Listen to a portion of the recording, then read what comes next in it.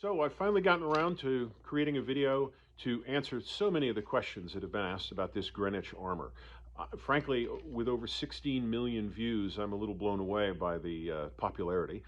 Thank you very much for all the new subscribers and the thousands upon thousands of questions and comments about the Armour. We're going to answer a couple of them. So one of them by Dirt Cobain, he asked, did people actually wear this kind of armor? Like, is this historically accurate? If so, who and when produced something like this? Well, the answer is yes, this is actually a copy of historic armor. The original that I was copying is in central London at the Wallace Collection. And there is another almost identical armor in the Metropolitan Museum of Art in New York City.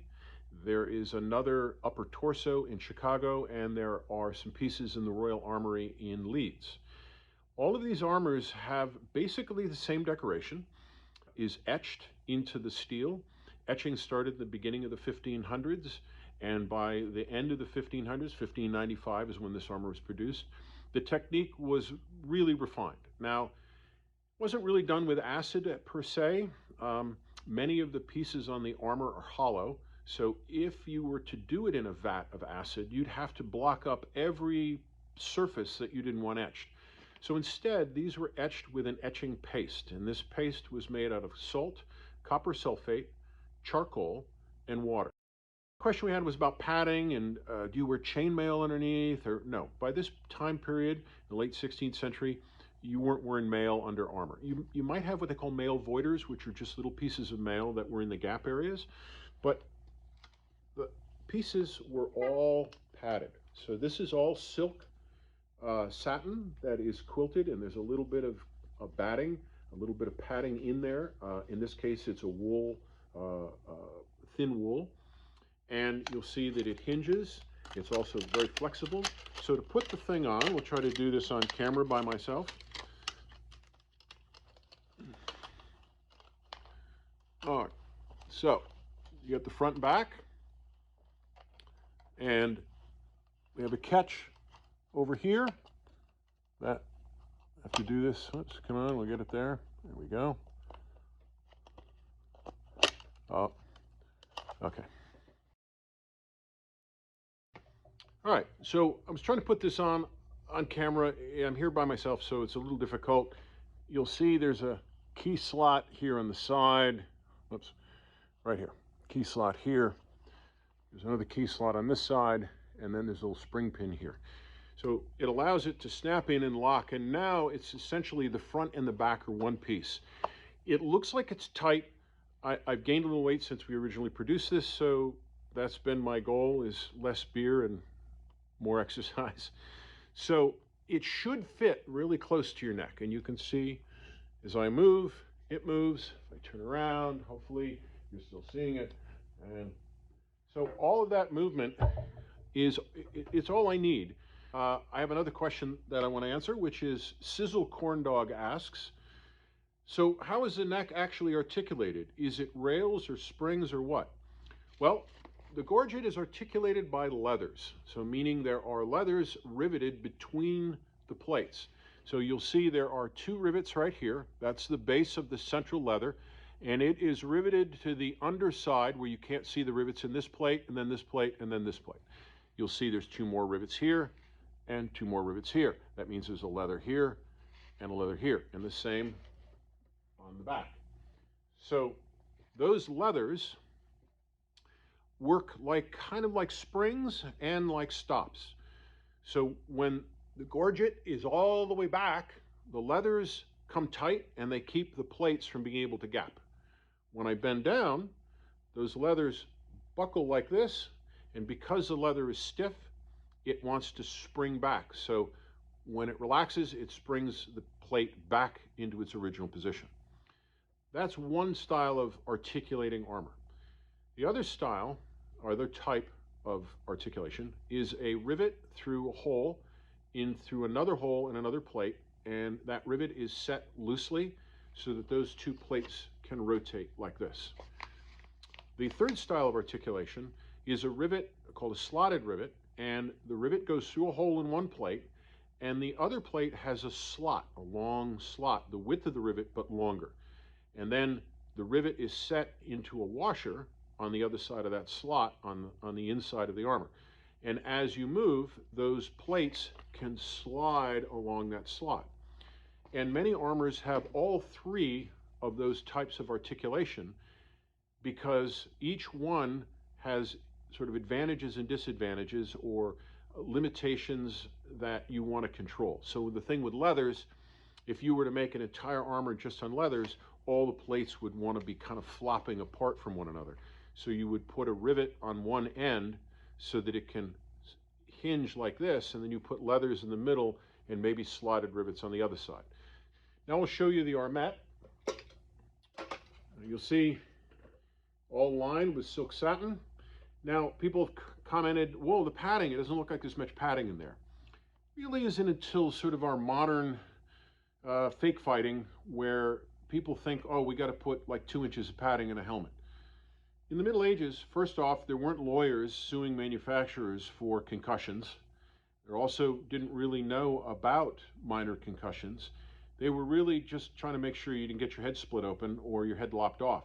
So the difference between an Armet and a close helm. Now you'll see this has a pivot here for the visor, and it has hinged cheek pieces that close up to close up the front of the helmet.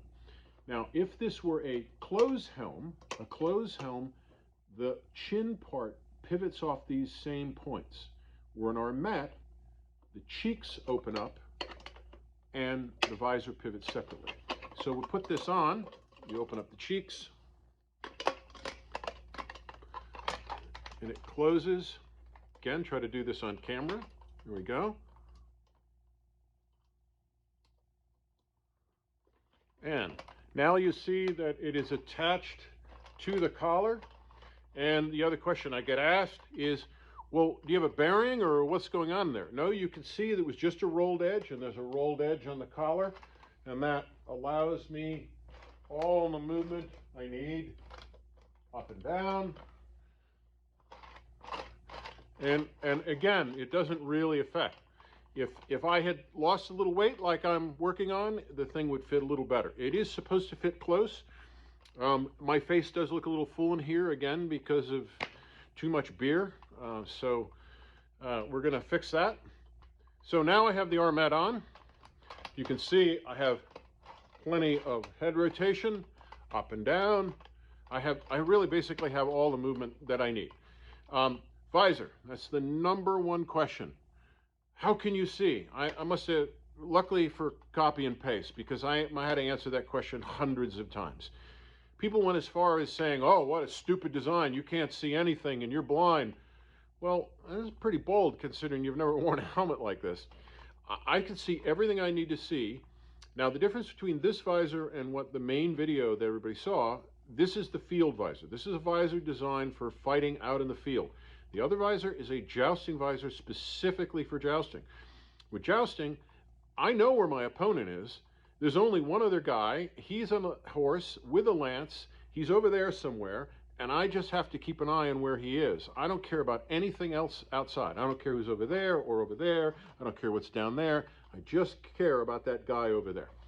So you want to keep pieces of the lance out of your face, so you make that eye slot really small. Now, battlefield helmet, you need much more visibility. So this has a double set of eye slots. You see there's a set here and a set here. So I can see quite a bit. And there are breaths all through here. If I need to, this mechanism here unlatches the visor. And you'll see there's a little pin here, a little spring-loaded pin. And when I snap it down, that pin catches. Now, there's no way you're going to open that. There's a hole on this, and there's a chance that there was a string, so that if you have a gauntlet on, and gauntlets had good dexterity, but if you had a gauntlet on, it's sometimes tough to feel things, and there might have been a cord on this. So you push that back, lift that up. Now, you'll see I have tons of visibility, but if you were lower than me, you can't even see my face if you were low. So it isn't until you get like this, you can see my face. You can see how far away from my face it sits, so there's plenty of air coming in. I have plenty of visibility. If I need the visor down, I can snap it down that fast. And I can open it that fast. And if I need to open the rest of the visor, there's another spring catch here, little push button, and I push that and I can open the other visor. And you'll see the pin moves in. And once again, listen, nice little click, it's locked. Nice little click, locked. The mechanics on these helmets were very sophisticated. The other question I get asked, oh my God, what if you get stuck in there? Well, are you worried about getting stuck in your bathroom or stuck in your car?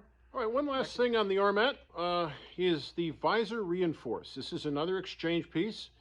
Again, remember, it's about protection. And if you're going to get near somebody with firearms and you're risked getting shot in the face, the breaths that are in the front of the helmet could be a problem. So they make this extra piece here called a visor reinforce. You'll notice there are no breaths in it, so the only openings I now have are up here. If I'm on horseback, you're going to be seeing that kind of view of me. So this lip here helps protect the eye slots, and this protects my face. A double layer of steel, and if I was to take a direct shot from a firearm to the face, I would probably be okay. I'm sure that it would ring my bell, but I wouldn't be killed. But when you're out of danger, you want to be able to breathe better. So you undo this neck hook and you pop that plate off. And that gives you those breaths back, and this extra piece could save your life. So thank you for all the views. We're going to have more videos, talk about the rest of the armor. We're going to go into some of the techniques of the decoration and the assembly and the production of this armor. Because I've been working on it for so many years, and I didn't really plan on doing how-to videos, there really aren't that many videos of the armor itself or the production of it. But I'll try to link to guys that are doing really top-level work today. There's only a few of them. Most of them have websites or YouTube channels, so I can link to those in the comments below. And keep the questions coming. I'm trying to answer them all, but you know, after you get about 8,000 comments, it's tough to keep up. So take a look at the other comments. There might be an answer already, especially how do you see? I had to type that about 3,000 times, but if you look in the comments, you'll see somebody else has asked the question, and you can read the same answer that I would have copied and pasted in your question. But we're going to leave you with one last question. That was from user-ER3K12NH3P. And he asks, Lancelot? Occasionally, but only on weekends.